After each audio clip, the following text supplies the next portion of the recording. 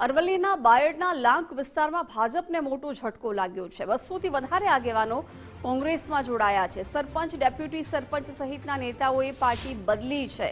જિલ્લા પ્રમુખ અરુણભાઈ પટેલની હાજરીમાં કાર્યક્રમ રહ્યો। કોંગ્રેસે વિસ્તારમાં મજબૂતી વધારવાનો દાવો કર્યો છે। બાયડ તાલુકાના રાજકારણમાં અત્યારે ગરમાવો જોવા મળી રહ્યો છે। ચૂંટણી પહેલા ફરી એક વખત ભારતીય જનતા પાર્ટીમાં ગાબડું પડ્યું છે।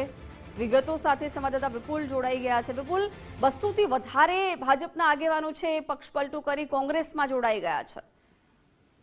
જી બિલકુલ જિજ્ઞાસા, ચૂંટણી નજીક આવતા રાજકીય ગરમાવો જોવા મળી રહ્યો છે। ખાસ કરીને બાયડના લાંક વિસ્તારમાં ભાજપને આજે મોટો ઝટકો મળ્યો છે। 200 થી વધુ જે આગેવાનો છે તે કોંગ્રેસમાં આજે જોડાયા છે।